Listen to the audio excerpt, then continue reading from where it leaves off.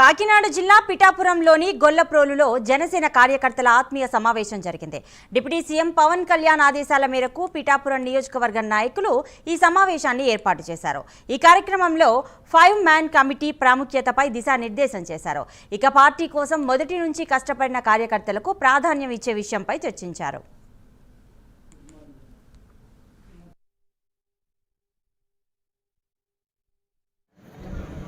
పిఠాపురం నియోజకవర్గంలో జనసేన పార్టీకి కార్యకర్తలు చాలా ఎక్కువగా ఉన్నారు. ఏ పార్టీకి లేనటువంటి కార్యకర్తలు కానీ నాయకులు కానీ జన సైనికులు కానీ చాలా ఉత్సాహంగా పనిచేసేటువంటి కేడర్ ఇక్కడ పవన్ కళ్యాణ్ గారికి ఉంది. ఎక్కువ మంది ఆఫీసులు రావటం, దానివల్ల ఇప్పుడు ప్రస్తుతం ఉన్నటువంటి ఆఫీస్ కొద్దిగా చిన్నగా ఉంది. అక్కడ ట్రాఫిక్ ఇబ్బంది కూడా వచ్చి ఆ వీధుల్లో వాళ్ళు ఇబ్బంది పడుతూ ఉన్నారు. దానికోసం నూతన కార్యాలయం ఏర్పాటు చేసే వరకు కూడా పిఠాపురంలోని నూతన కార్యాలయం ఏర్పాటు చేసి అటు ట్రాఫిక్ ఇబ్బంది లేకుండా అన్ని సౌకర్యాలతో చేయాలనేటువంటి ఆలోచన చేస్తూ ఉన్నారు అధ్యక్షుల వారు.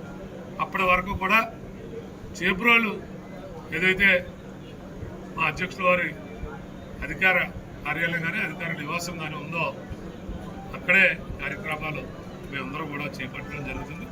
ప్రజలందరికీ అందుబాటులో ఉండాలనే మమ్మల్ని అందరూ కూడా అధ్యక్షుల వారు ఇక్కడ నియమించడం జరిగిందనేటువంటి సందర్భం. పిఠాపురం శాసనసభ్యులు ఆంధ్రప్రదేశ్ ఉప ముఖ్యమంత్రి పవన్ కళ్యాణ్ గారి ఆదేశాలతో జనసేన పార్టీని గ్రామ స్థాయి నుంచి పునర్నిర్మించాలని కమిటీలు ఏర్పాటు చేయాలనే ఉద్దేశంతో సారించిన ఆదేశాల అనుసారం ప్రతి గ్రామం నుంచి కూడా 5గురిని ఐడెంటిఫై చేసి వీరి ద్వారా జరగబోయే కార్యక్రమాలు ప్రస్తుత గ్రామాల్లో జరగవలసిన అభివృద్ధి, అదేవిధంగా వీరి ద్వారా రేపు మండల కమిటీలు కానీ గ్రామ కమిటీలు కానీ నియోజకవర్గ స్థాయి కమిటీలు కానీ వీటన్నిటికీ కూడా వీరందరినీ ఛానలైజ్ చేసి ఈ కార్యక్రమాలు చేసి పార్టీని పటిష్టంగా నిర్మించి సంస్థాగతంగా గ్రామ స్థాయి నుంచి కూడా నిర్మించాలనే లక్ష్యంతో ఈ కార్యక్రమం మనకు అప్పచెప్పడం జరిగింది.